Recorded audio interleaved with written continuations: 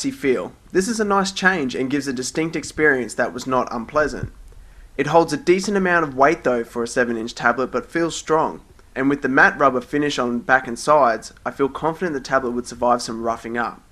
There are no buttons on the front face of the device, leaving gesturing to achieve all the multitasking functions.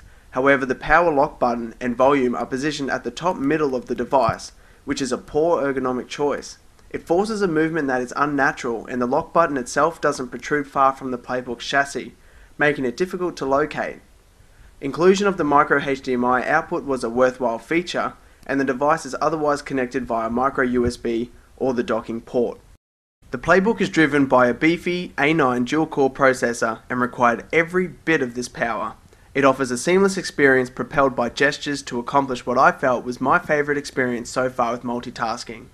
All applications remain active, including video playback, and the Playbook doesn't struggle one iota with flicking in and out of applications. They kindly included 2 full HD cameras, a 5 megapixel rear facing and a generous 3 megapixel front facing camera.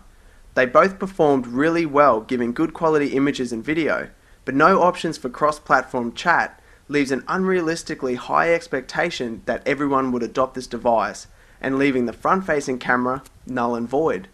Lack of expandable memory is also disappointing, but 3 variations to storage are available at 16, 32 and 64 gig. I was pretty happy with the quality of screen that was shipped in this tablet. You know, on paper it's lower than the likes of the Nexus 7, but in practice it has lovely contrast, brightness and an accurate colour representation. I have a definite fondness for 7-inch tablets as a media device, and I think a 10-inch variant would not have served better due to what Blackberry offers consumers app-wise.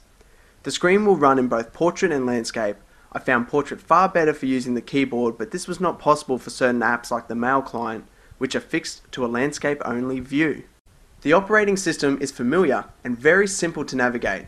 Customization is much like the iPad in that you have a panel of quick launch icons available and apps sprawling across pages. Unlike the iPad, however, they are not limited to the amount of rows on each page, giving the possibility for a single page of vertically navigated apps. Gestures and multitasking are integrated exceptionally, and the general flow and intuitiveness of the OS design is fantastic.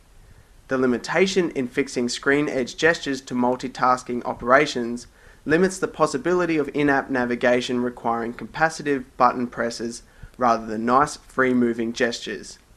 It dampens but doesn't ruin an otherwise fluid experience. As of early 2012, the OS was updated to version 2.0, giving rise to much needed tweaks and application inclusions such as contacts, calendar and messages, the omission of which was a certain deal breaker at launch and a welcomed rectification. Previously, the requirement of the Playbook's key feature, the Blackberry Bridge, was far more necessary than what it has become. Turning this feature on now gives the Playbook additional control functionality, as well as access to Blackberry messaging, memo pad and tasks, which are simultaneously updated on both devices. Mind you, if you are not a Blackberry smartphone owner, you won't notice or care that you don't have these functions. Look, I don't want to spend my life ranting about the Blackberry app world, but it does nothing to give the Playbook longevity for those wanting it all out of a tablet. It is riddled with the same issues RIM's smartphone range suffers, however this time support for some Android apps has become available. The ones currently supported did little to wow me, Google Maps and Box being the clear winners.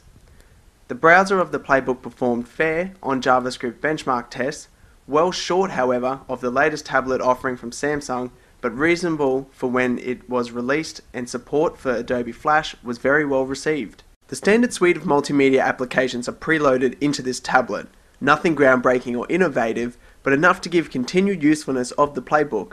It doesn't lead the pack in this regard, but in terms of what you will use the 7-inch tablet for, I was in no way overly disappointed.